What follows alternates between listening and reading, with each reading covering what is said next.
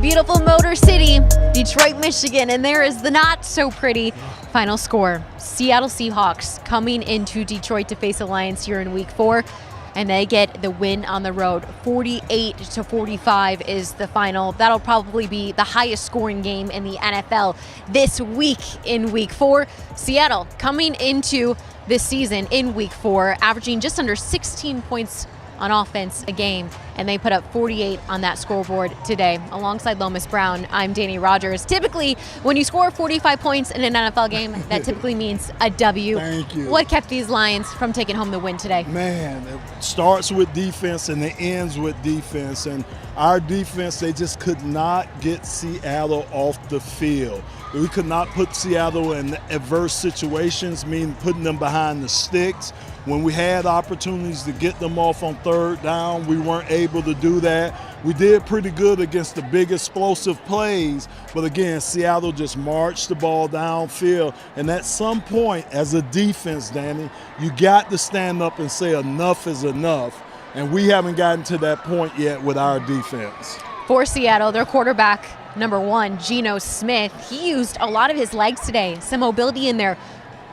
Defense for Detroit has proven they can't stop mobile quarterbacks yet. How much of a problem was Smith today? Oh my God, but Danny, I wouldn't call him mobile. I mean, Geno, and I'm not trying to take anything away from Geno Smith, but he's not a guy like a Jalen Hurts or, you know, some of these quarterbacks, Lamar Jackson, some of these quarterbacks that we see in the league. Yes, he can use his legs, and he used them very effectively today, but it was us. We gave him the opportunity to do that, and that's why he had a lot of success. 49 yards on the day for Geno Smith rushing. All right, let's hear from the head coach, Dan Campbell, during his postgame presser. So obviously that was not a real good performance. Which falls on me. That was, we weren't real sharp, it wasn't real clean. We had penalties, we had turnovers. One of those was for 7 points, which was the difference in the game. And then defensively, man, it just, we weren't good. So special teams made some plays, but then there was a couple we gave up too. So it wasn't clean, and that's on me. Go ahead. Gotcha. Mm-hmm. How do you challenge this team defensively? What areas do you specifically? Well, I think we right now the answer is to look. We got to obviously clean things up there, and I'll look at everything. With AG, we'll look at everything we need to the scheme to our personnel. And we'll find the best fit and. Whatever we feel like is going to give us the best chance, and the best chance in 3 or 4 weeks too. If that's a young player, it's a young player. And then we got to outscore them. I mean, honestly, there again is as messy as some of it was early offensively. You can't be that way when you get in this type of game. The offense that's where this game went. It was high scoring, and so we have to outscore them. And so, if you make a mistake, it can't be for 7 points. And it's say it has to be complementary football. Obviously it does. But when your offense scores 45 with 3 of its best players out, how do you avoid the finger pointing, the offense thinking it did enough, the defense? Well, I think the easiest way is what I just said is, the offense, we spotted them 7. So you take that away, we win this game. And Dan, you said last year during the bye, you're going to take a deep dive into your same thing. You planned something similar with your defense now? Yeah, we're going to look at everything. We're going to look at it all, top to bottom. Why do you think the defense has not gotten better? Well, I know this. We lack confidence. That's very clear to see. That's one element to it. We lack a lot of confidence. you know, and so certainly to do that, you have to, you know, you have to have production in games and have success and stop your opponents, get some stops, things of that nature. So we're lacking some confidence in areas, and then there again, we're still making errors, which falls into our boat as coaches. You know, that's on us. So. Dan, you said you'll look at everything. Would that be up to and including staff changes or shuffling at any point? I'm going to look at everything.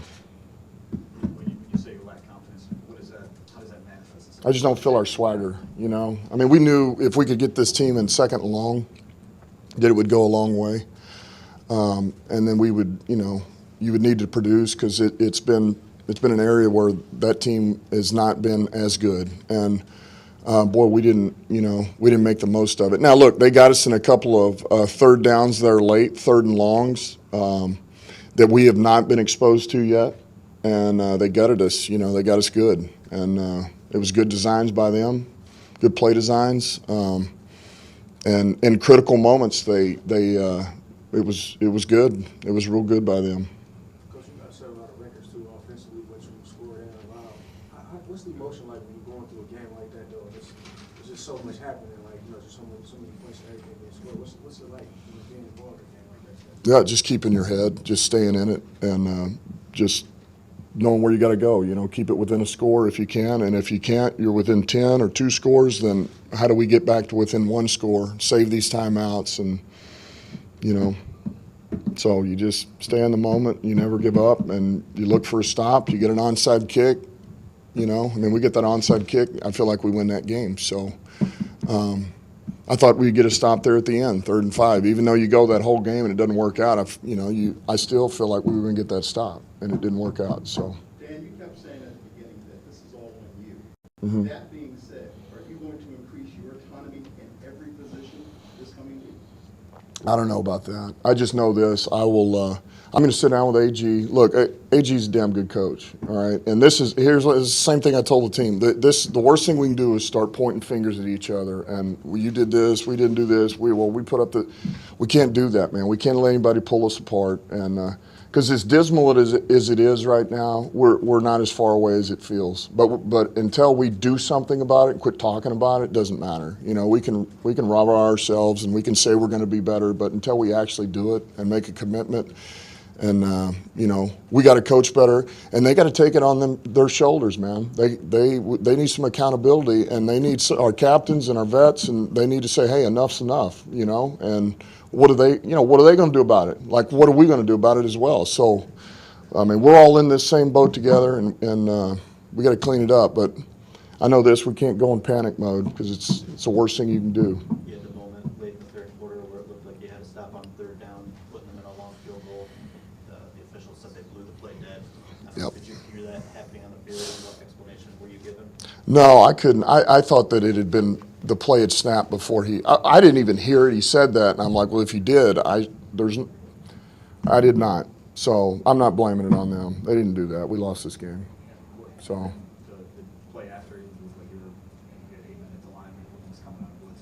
What were you trying to accomplish there? Say that again. I'm sorry. What were you trying to do on that 3rd and 15 that they hit? You know, the next play after that. We're just trying to pressure them. Yeah, Not expecting no. I mean, there was no thought that they would run the ball to keep it short. No, they hadn't shown that. Dan, is there a certain element of you that's kind of shocked by this because the offense had all the injuries? That was going to be the problem today, supposedly, and they performed well in the defense. Somewhat helped and didn't. I'm not shocked. I mean, I've been a part of so many games where you think it's going to go one way and it goes the complete opposite. I mean, you know, but I'm not shocked, but I thought this was going to be, you know, our defense was going to be more defensive and it would be a more conservative type game, and it certainly wasn't that. How much do you have to be careful not to overreact, I guess, to the defensive performance and making, I guess, changes going forward? Yeah, I mean, that's certainly just in part of it. I mean, you know, you got to. It's hard to go look at it, you know, in 15 minutes. Like, you got to walk away and then really have a clear head about it and look at it, take it for what it is. And look, we had some young players in there playing, and one of them had his first start, and let's see how he did, and because some of these guys, they'll be better in 4 weeks than they are now, but we'll see. Look, I got to watch the tape. I really, I don't have an answer for you right now as to everything that went on, but certainly it wasn't good enough. Comment on TJ's game today. Yeah, it was really good. We knew we needed him to step up for us. He was going to be more of a focal point today, and he did that. He certainly did that. He stepped up and had a monster game for us, so he gave us a chance there. And look, man, so did, Reynolds really came to life for us, and Leaf stepped in there, TK, those guys, because once we lost Cephas, I mean, that was our crew. So thought Jamal ran hard. O-line blocked well. Goff, I thought, had another good game, minus the one, obviously interception. But, we did some really good things. But there again, we were, for as good as we've been, forget the injuries. What frustrated me was the penalty. Here came the penalties, and then we had, the turnovers, and it's like, man, it just wasn't clean. And you can't play that way. Not against the way they're playing and without some of your guys. So. Yeah, well, Amani came back, and Rodrigo, we'll see tomorrow how they were, but that's usually a good sign they're able to come back. And Cephas, I'm not sure. I mean, he could be a little longer, but I don't know what that is. I don't know how bad that is yet.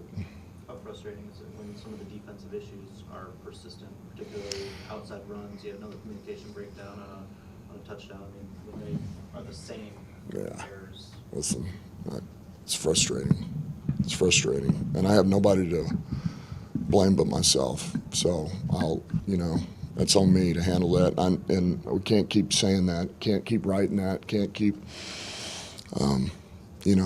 So there again, I'll look at everything. It's frustrating. I understand you are the head coach of this team, but it's always felt like, a little bit more involved with the offense than the defense. And I know somebody kind of asked it similarly earlier, but do you feel like you need to have a bigger hand in the defense going forward?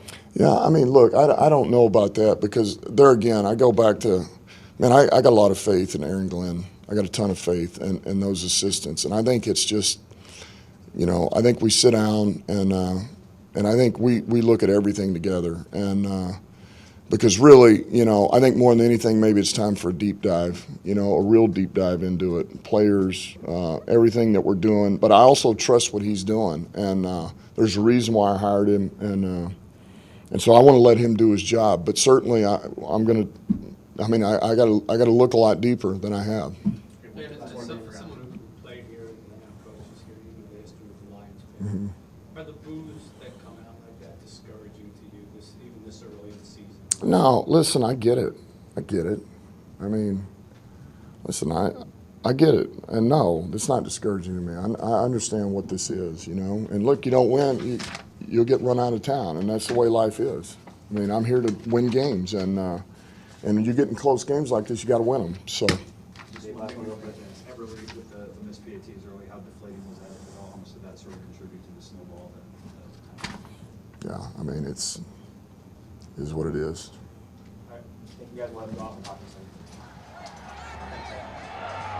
Dan Campbell reiterating just now that they will look at everything in terms of this defense, whether it's coaching personnel or playing personnel, schematics-wise. Lomas, I feel like the epitome of the defense in this game was that 3rd and long call when the refs redid 3rd down, when the Lions had already held Seattle in check going for 4th down.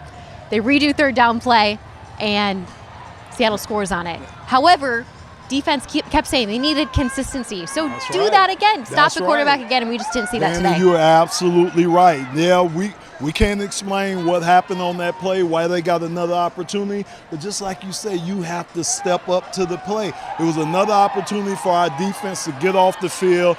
We failed miserably the second time around. And again, I think, like you said, I thought that was one of the turning points of the game, because if we'd have got them off the field on that first third down, then it would have gave our offense an opportunity to get back out there and put some more points. So, yeah, the stripes hurt us today, but I think we hurt ourselves more. Taking a look at the final stats for this game, we've already seen a couple of numbers coming from this one. Over 1,000 yards combined between both of these teams today. Folks, Detroit Lions score more than anyone in the National Football League through the first 4 weeks, and they're still coming up 1-3. However, let's take a look at the final stats for this one. Rushing yards going to Seattle, and this one edging out the Lions by about 90. The pass game, Jared Goff was pretty dang exceptional in that pass game today. 375 yards. He threw for 4 touchdowns. You see, total yards on the day. That's I mean, that's incredible. Both teams over 500 yards. Danny, even the turnovers were low for a game that has that much scoring, but we know that one of our turnovers was a pick six, and that really, really hurt us. But again, our offense did what they needed to do, but the defense, man, just time after time couldn't come up and make the plays that they needed to make. Once again, this offense proving that it can be extremely explosive even when your best playmakers are out of this game. Wide receivers Amon-Ra St. Brown and G.J. Chark were both out with injuries today, and that also included running back DeAndre Swift, who was out. So here you have tight end T.J. Hawkinson stepping up. This past week in the locker room, he was so cool, calm, and collected when talking about the production, honestly, that he hasn't had yet this season. And he was kind of saying, hey, look, it's going to come. He knew something we didn't going into this game. He really did, and man, did he bust out in a big way. Almost 200 catching yards today, 22.4 average, catching the ball in 2 touchdowns, Danny. But that 81-yarder that he ran, I mean, it was such a big play to set us up and get the crowd back into the game. That's when we started losing the crowd. That play brought the crowd back in the game. But again, I hate to keep going back to the defensive side of the ball, but when you can't stop teams, when you can't force teams to get out on 3rd and 1 or 3rd and whatever, it's going to come back to hurt you. And that's what it did. And Geno Smith and that offense, they did a nice job. They really did a good job today. Hawkinson also getting in on the 2-point conversions. Yes. Caught a ball back there as well. Hawkinson is standing by the podium now. Let's hear from him. Obviously, you guys were dealing with some injuries. Somebody needed to step up. Dan said you were going to be a big part of the game, Ben. Just to talk about your excitement heading in, knowing that, and then being able to step up. I know you obviously would have wanted the win, but big day for you. Probably feel pretty good. Yeah, no doubt. Going into the week, I knew that it was going to be a fun one, and I knew that I was going to have to do a lot. I mean, Saint was out, Swift's out. We have a lot of guys that are hurting, DJ, and so, we knew somebody was going to have to put the team, and make sure the ball was moving. So that was kind of my goal just coming into this game was keep the ball moving, make plays when they're called. And, I was able to do that for sure. It's been a little quieter for you than usual. You just sort of rediscovered your value to your offense. That's to be determined. I hope so. I think, we have so many really good pieces on this offense. We got a lot of guys that are making plays. We got a lot of guys that we need. And I don't think there's a game where it's they know who's gonna play well, and who's the ball's gonna go to. So it's really kind of fun in that instance on the offensive side where it's guys are gonna step up, and you have a lot of guys that will step up, and a lot of guys that can really put this offense on their back and run through it. So. You talk about that 81-yard play. How long it's been since you've got to run that long in a single play? I loved it. I loved getting out, getting loose. Got the ball in some space and was able to make something happen. It was nice to see. I come around that corner and then 8 was right there and made one miss, and then I see my guys downfield blocking. And so I go around the wide out, and Cody's unengaged, and so I was able to put a stiff arm on him, and it was kind of green grass from there. And then I see Jamal coming up and making a block, and so that was a fun one for sure. When we talked earlier in the week. Look at it from a fundamental. You can't always look back. And if you took that one little shot, look back, and then that's when they caught up to you. Let's talk about that part. Yeah, I mean, I didn't know who was there and where it was. I was trying to peek up at the jumbotron and didn't really see anything. And then I was like, all right, there's somebody, and I saw Quandre coming. An old teammate of mine, and so saw him coming up to the right, and I was like, all right, I'm gonna have to cut this one back. So, cut it back, and then got a few more. So, yeah, I mean, I'm sure that'll be a coaching point. So. 45 points, but it says a lot about Jared and the way he was able to orchestrate this offense. Talk to me about that play as well. The impact of how he was able to put some of the yards up and others confident. Yeah, Jared, just having him in the huddle, and having a guy that can play the game and put the ball, in the right spot, is big for an offense, and I mean, to score 45 points as a quarterback, and I mean, I think we've scored, upwards of 30, 35 every game, and to have him in that huddle, and it just gives us a boost of confidence. So. Like I said, we have a lot of weapons on this offense. We have a lot to look forward to. I don't want anybody to get down from this game. I really don't, because we have so many pieces, so many weapons, and we just need to tilt the turns. I mean, there's nothing close isn't a thing anymore. We don't want to be close. We don't want to do any of that. We want to win, and it's hard. It really is. It's hard to come out of a game like this and not win, and that's just what we're going to go back to work. We're going to, grind and win. That's really what we need to do. So. You kind of hit on it there, TJ, when we talked earlier in the week. You said you don't really care about your role as long as you're winning. So when you go out and you have a personal best day, a record-breaking day for this franchise, and it comes in a loss, how much does that take away from your ability to appreciate or enjoy this? Yeah, it's tough. I mean, it really is, because you do everything that you can and it just doesn't fall, and that's really hard, but it's one of those things where, you just got to go back to work. I mean, really, that's just what I want to do. I want to go back to work. I want to go in tomorrow, watch film, listen to these guys, come back with these guys, because I don't want anybody to lose hope in that locker room. I don't think anybody does, and I think that's just the biggest thing is I've told you all year I want to make an impact, no matter what it is in the run, pass, and that's just all I'm here to do is to make an impact, and but it's a lot better to make an impact when you win. So. You mentioned the success of the offense, 35-plus points, not scoring 45 today. Not so great with the defensive performance. How do you prevent in that locker room, finger pointing or something like that, or maybe some division? You don't worry about that at all? Not really. It's the football. That's what I love about football. I think that's what every guy in there would say is the love of the game is complementary, and just the three phases of the football game, and that's one phase isn't working, then the next phase needs to step up, and we weren't able to step up enough today. That's really what it comes down to is they scored more points than us. So as a shootout, those are going to happen, and we just need to score more points. That's every game you go into, one section could be clicking and then the other one's not, and that's just football. That's what we all love about it. That's what we all love about the game, and I love all those guys on defense. I mean, I love every single one of those. I would never point a finger towards them, and it really starts with the guy in the mirror. We weren't able to score enough points today. That's all it really is. So there's never any finger pointing. There's never any of that.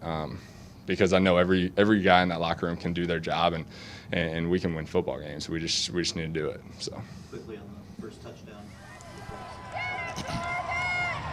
Tight end TJ Hawkinson certainly is just another cool, calm, and collected person on this offense, as well as Jared Goff there quarterbacking this team, giving a lot of praise to his quarterback, and also telling this team not to lose hope. Why shouldn't they lose hope, Lomas? Yeah, I mean, again, he's saying the right things. Jared Goff, they're acting the right way. They're saying the right thing because you can't panic right now. It's still early in the season, Danny. It's just the 4th game that we've played. So it's still early in the season. There's still a lot of football left. So guys can't get too high, or just like you can't get too low in these situations. So hopefully they'll be able to right this ship. Those guys, hopefully they're a combination to keep working because, again, like you said, TJ, everybody was wondering when would he get more involved in this offense. I think Jared Goff made a concerted effort to get him involved today, and he showed out today. He really did.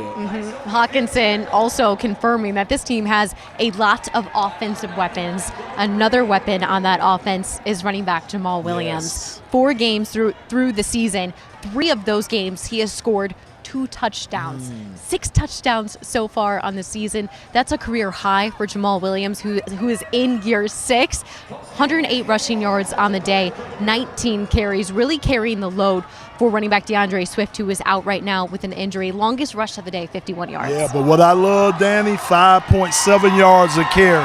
And that's great if you can average that type of carrying a yard, over 5 yards per carry. So Jamal has been doing what he can do. He's a guy that can run between the tackles. He's a tough guy. He's a guy that can bounce out and get the ball out on the edges for you too. So I just love what he brings to the game. And I think those linemen love blocking for a guy like that because they know he's always going forward. They sure do. Yeah. And Jamal Williams' 51-yard rushing is, of course, going to be the play of the game. When I have to ask, which touchdown are we throwing in Jamal Williams, that means it is a good one. Take a look here. We're going back 31-15 in the 3rd quarter. Bust out of there. No one even close to touching Jamal Williams on this run. That's on a 2nd and 7 play to put this team back in the ballgame. And Danny, can I say this? It was the big fella, Dan Skipper, pulling over. Watch the big fella get over there. He's going to pull. He's the one that created that lane for Jamal, and once he got through that lane, he was gone. So give them big fellas a lot of credit up front. Jamal, like I say, he's a tough runner, and if you get him out in space, man, he could really make you pay. So just glad this guy's on our team, and hopefully we'll continue to run the ball like this, even if we don't have DeAndre Swift. Thankfully, Jamal changing up his touchdown dance this week. Yeah, I mean, he just had a little wiggle this time. He didn't go as much as he could have went. You're fine, Lomas. You're fine for that. Obviously, Jamal Williams, a bright spot, not only off the field, but now on the field for these Detroit Lions, showing up consistently. Josh Reynolds, a wide receiver, also getting in on the touchdown scoring today. He knew he needed to step up with his buddy, DJ Chark, out for this one with an injury.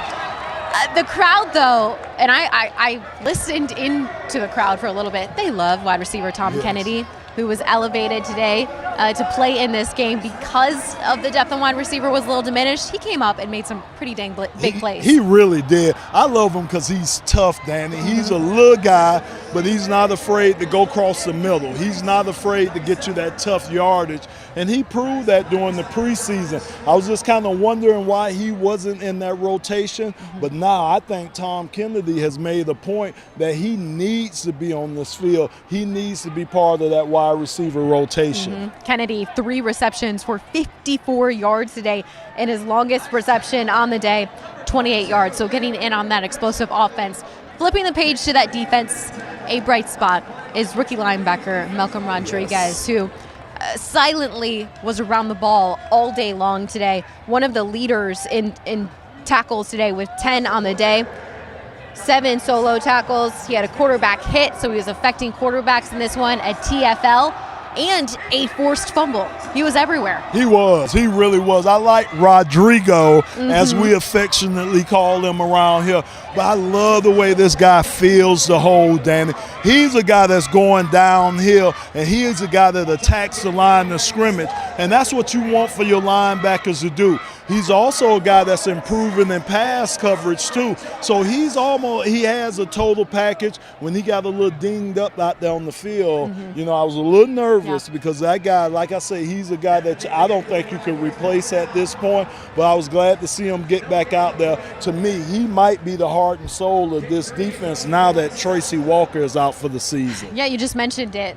Safety Tracy Walker suffered a torn Achilles in week 3 against Minnesota. So up steps Deshaun Elliott there in the secondary. He actually led the team in tackles today with 11. Does he have a chance to be the heart of this team as well? He does. Now, that's not a real good stat when your secondary is leading you in tackles, because that means that the guys getting to the second level. Downfield, but I'm glad, though, he is coming up. He's stepping up. A young guy, a new guy to this organization, but he's playing like a veteran, and that's what we're going to need. We're going to need for these guys, especially in the secondary, to step up. I thought Jeff Okudah did well, especially going up against DJ Metcalf and going up against Tyler Lockett. So I think he did pretty well today. So, again, if we could continue and try to get pressure on these quarterbacks and not give them as much time to look downfield and hit these wide receivers, I think that's going to help the defense too. You mentioned the defense allowing teams to get to the second level a little too often. So my question is, what does this defensive line up front need to do to be more disruptive,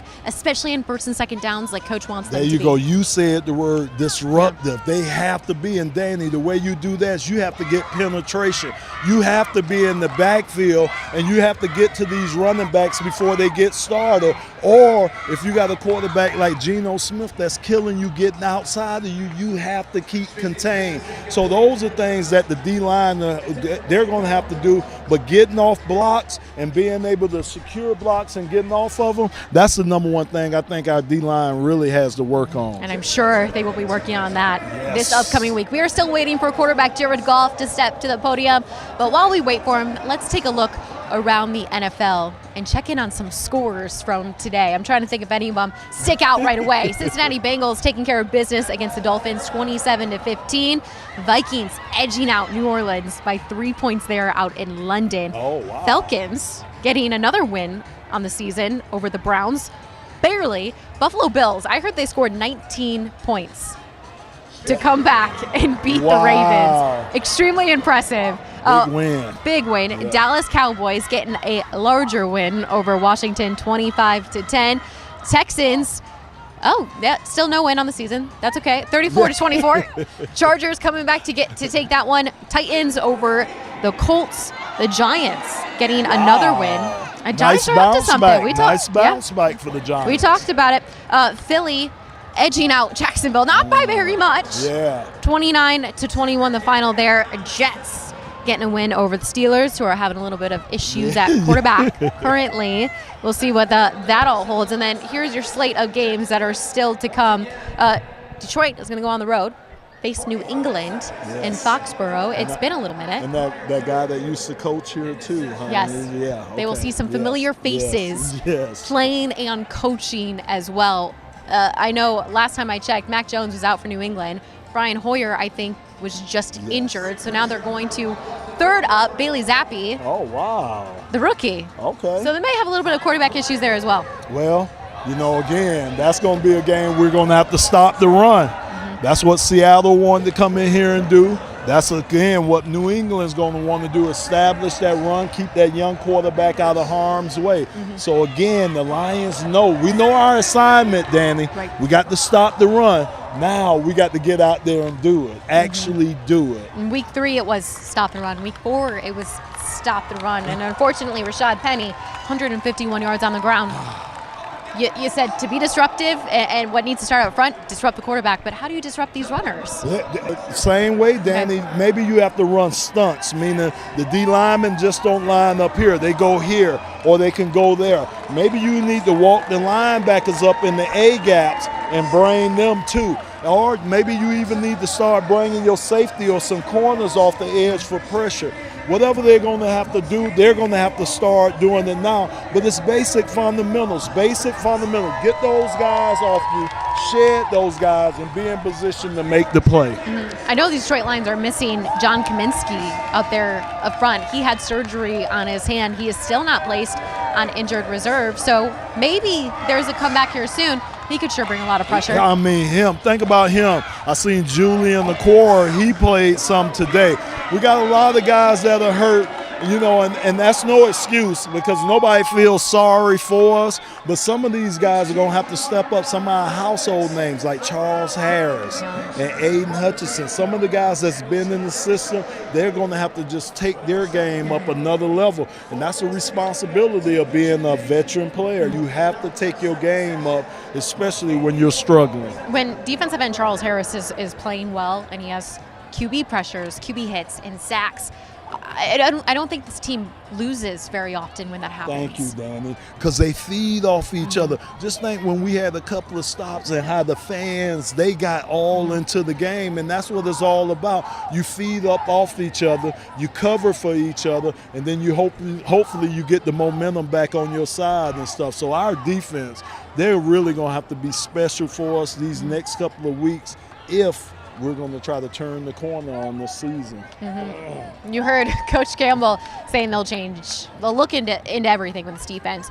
You mentioned there are a lot of players who are injured, who are not available right now. How much wiggle room do they have to make some changes there, personnel-wise? That's a great point because, again, you can only deal with what you have. You can only deal with the talent that you have on your team. So, Danny, maybe you got too many things, too many plays. When we used to have problems, especially on the offensive side of the ball, coaches used to go back, they used to go through the playbook, and they used to take plays out. Just put in what these guys run good. Put in what they do the best. And maybe that's what Aaron Glenn and the defensive staff have to do. Go back, figure out what we are the best at, stick to that, and take all the other stuff out until we could get back to the point where we can add in other things. Maybe a little simplifying here. Absolutely, on defense. Danny, absolutely. The offense certainly does not need to simplify anything. You give Jared Goff, the quarterback, a target, he'll probably find him. He'll work with whatever he's got. We're still waiting for Jared Goff to get to the podium, but we're taking a look at his final stats. 26 completions here. He attempted about 39 pass attempts for about 67 completion percentage on the day. Just under 400 yards. He made them look pretty dang easy out here today. Almost 10 yards a pass today and 4 touchdowns in this one. Just typically when you see those numbers, it's usually going to win. Exactly, Danny. I mean, passer rate, and I think that's 120-something is his passer rate. So he takes care of the ball. He's not putting it in harm's way. And Jared, it's like I say, Jared has been steady out there. And that's what you need, a steady influence, a steady voice out there all the time. So it's not a lot we could put on the quarterback's shoulders. He's been doing trying to uplift this team as much as he could. Let's hear what the quarterback has to say about this team. Right now, he's standing by the postgame presser. This time you come up on the wrong side of it. What is it like playing a game like that where you just can never get close enough to deliver the tying or winning blow? Yeah, I mean, we had our chances, throughout the game, and just need to score more points. We were there, and maybe we get that onside kick and we get another shot at it there at the end. But kicking myself about the interception, that may have been the difference. And other than that, just got to score more points. Say that, and I think we all agree, great complimentary football. 45 is enough to win 99% of the games out there. So, what the defense is struggling like it is. What can you do? Keep supporting them. Keep supporting them. There's because I've been on the inverse of that, and it's tough. Keep supporting them, and it'll come around. We trust those guys. We trust those coaches. Trust those players. And I'll tell you one thing. I know what happens if you don't support them. It goes downhill really quickly. So, if we want to stay in this fight and have any chance, it's stick together and remain a team. You're clearly kicking yourself over the interception, even though it was relatively early before things were decided. But what happened on that play? Just bad decision. Late bad decision. Can't do it. Dumb. Outside of that, in these first few games, obviously you've had a much better individual start to this season than last year. Just kind of speak of the groove that you've been in, even without 3 of arguably the best players on the team offensively out there. Talk about this groove that you've been in. Yeah, I think a lot of the stuff in the pass game has settled in for us, and Ben's doing a hell of a job getting us ready every week. And I know that we had the receivers we had today, but I felt really good with those guys, with Q and TK and Khalif. I've had a lot of reps with them. So it wasn't, maybe outside it looked like we had a bunch of backups in there, but to me personally, I had a lot of guys I've had a lot of reps with. So we were able to roll a little bit offensively. What about the job TJ did stepping up? Yeah. Obviously, you talked about it. Needed a guy like that. Dan said he was going to be a little bit more part of the game plan this week, and to Yeah. step up the way he did, knowing that, just talk about his day. Yeah, I think you could see him kind of, catch a rhythm. He started breaking some tackles, started, being extremely decisive on his routes, extremely, separating well and doing a lot of good things. And that's who he is. It's just kind of, getting him, he's a rhythm player, getting him in that rhythm is important for us. We need to do that. And you can see how dangerous he is catching a shallow and taking 80 yards. But yeah, he's a hell of a player, and we got to keep him involved. When you get the production you had today with the injuries and the backups play, does it validate to you what the quality of the offensive line? That's what the offensive coordinators put together. I think, like I said, like Ben is doing such a good job getting us ready every week, and there's really no flinch with who's in there and who's not in there, and it truly is no flinch. And we've had a good plan and had a good plan today, and we had the 2 turnovers, and ultimately that's typically the difference. Next man up is philosophy everywhere, right? Yep. It's preaching, you gotta believe in it, but have you ever been part of a unit that's, I guess, embodied it as well as you guys No. right now? Yeah, no. And I think it's an unfortunate benefit of some of the stuff last year, right? We had a lot of guys that had to play because of injuries or whatever you have, and so TK has reps. I have reps with him. Cephas, the same thing. Skipper's obviously been in the league a long time. He has a bunch of reps. There's less drop off because of the amount of reps in live situations that some of those guys who typically wouldn't have had. Speak to the rapport you have with Josh as well. I mean, he didn't have quite the place they did the second last. Yeah, I trust him. I trust him a lot, and we're on the same page, and our communication is great, and he's playing as confident as I've ever seen him. He's strong, he's physical, he can win versus anybody right now, and he's a guy that we trust a lot. You guys ended the season, obviously, with a lot of expectations, been on shows and everything, but 1-3 start. Mm-hmm. For you guys, how pivotal is it to stay together, not get caught up in the record, continue to do things Yeah. a bit more? How pivotal is it? Well, that's our only option, right? Because you know what happens if we don't. It goes downhill quickly, and we got a lot of games ahead of us. I know it's not the start we want, and it's hard to sit here at 1-3 and say anything positive. But there is a lot of game ahead of us, a lot of season to be played, and if we don't, kick it into gear quickly here, it won't favor us. So. Have to find a way to win these games, these close games, these high-scoring games, whatever you have to find a way to win them, and there will be no more excuses if we do. Okay, guys. Thank you. All right, thanks, guys. Thank you, Jared.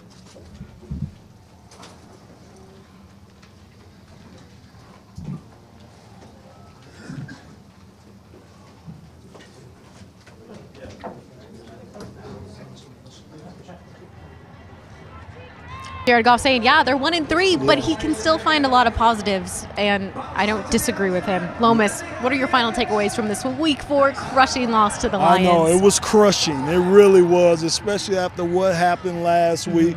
And again, Danny, we're in games. We have the games right there where we could win these games. We just got to find out or find a way to win these games. That's what's killing us right now. The offense, I think, is doing very well. Of course, we need work on the defensive side of the ball. But when we have opportunities to win these games, Danny, we got to pull them out. Got to capitalize on it, just like that offense capitalized on a Scott Daly fumble recovery. I do not want to leave out the long snapper in this one. We're giving the long snapper some love.